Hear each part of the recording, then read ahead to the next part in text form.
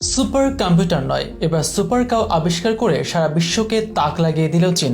এ যেন গরু নয়, আস্ত একটি দুধ তৈরির মেশিন। একটি গরু থেকে বছরে মিলবে 18 টন দুধ, জীবদ্দশায় যা ছড়াবে 100 টন। সাথে থাকবে উন্নত মাংসের নিশ্চয়তা। শুধু কোয়ান্টিটি নয়, নজর রাখা হয়েছে দুধ আর মাংসের কোয়ালিটিতেও। বিশ্বের সব থেকে উন্নত জাতের গরু থেকে কোষ সংগ্রহ করে তা থেকেই আবিষ্কার করা হয়েছে আরো উন্নত জাতের গরু, যাকে বলা হচ্ছে সুপার কাউ।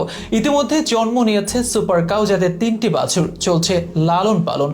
অন্যদিকে চলছে আরো গবেষণা। জনমনে প্রশ্ন, কিভাবে আবিষ্কার করা হলো এই সুপার কাউ? ব্যবহার করা হয়েছে কোন প্রযুক্তি? সামনের দিনে এই প্রজাতি কিভাবে পাল্টে দিতে পারে চীন কিংবা বাংলাদেশের দুগ্ধ আর মাংস শিল্প? এসবের বিস্তারিত নিয়ে থাকছে এখনকার বিশেষ আয়োজন।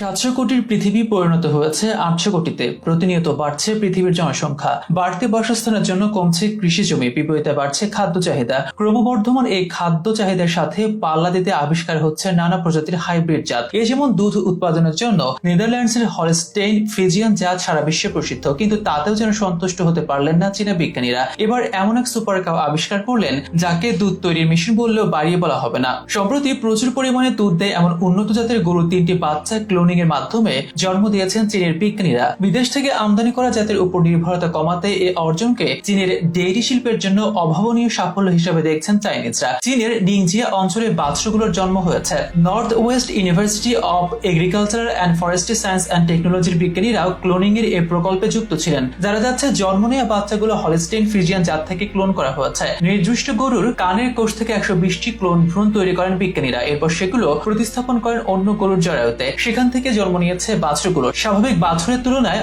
আকারে বড় হওয়ায় সিজারিয়ান সেকশনের মাধ্যমে এই বাছুরটির জন্ম দেওয়া হয়, যার একটির ওজন দাঁড়িয়েছে 58 কেজি। উন্নত প্রজাতির এই গাভী বাচ্চা জন্ম দেওয়ার পর বছরে 18 টন দুধ অথবা জীবদ্দশায় 100 টন দুধ দিতে পারে, যা যুক্তরাষ্ট্রে 2021 সালে গড়ে একটি গাভীর দুধ উৎপাদনের চেয়ে 1.7 গুণ বেশি। জানা যাচ্ছে চীনে প্রতি 10,000 গরুর মধ্যে মাত্র 5টি গরু গোটা জীবনে 100 টন দুধ উৎপাদন করতে পারে। তবে নতুন এই সুপার কাউ প্রজাতির প্রায় সব গরুই বিশাল পরিমাণ এই দুধ উৎপাদন করতে সক্ষম হবে বলে আশ্বস্ত করেছেন বিজ্ঞানীরা। সাথে থাকবে উন্নত মাংসের নিশ্চয়তা। চীনের দুধ উৎপাদনকারী গরুগুলোর 70% বেশি বিদেশ থেকে আমদানি করা হয়। গ্লোবাল টাইমসকে জিন ইয়াপিং বলেন, বিদেশে দুগ্ধজাত গরুর উপরে চীনের নির্ভরতা এবং আন্তর্জাতিক সাপ্লাই চেনের ঝামেলা এড়াতে তারা 1000 সুপার কাউ এর একটি পাল তৈরির পরিকল্পনা করেছেন 2-3 বছর ধরে। তবে শুধু চীন নয়, উন্নত এই সুপার কাউ গোটা বিশ্বের দুগ্ধ আর মাংস শিল্পের চিত্র পাল্টে দেবে বলে মত বিজ্ঞানীদের। ভবিষ্যতে বাংলাদেশে এই প্রজাতির বিস্তার ঘটলে এর মাধ্যমে জনবহুল বাংলাদেশের ক্ষেত্রেও আমিষের চাহিদা পূরণ করা সহজ হতে পারে বলে মত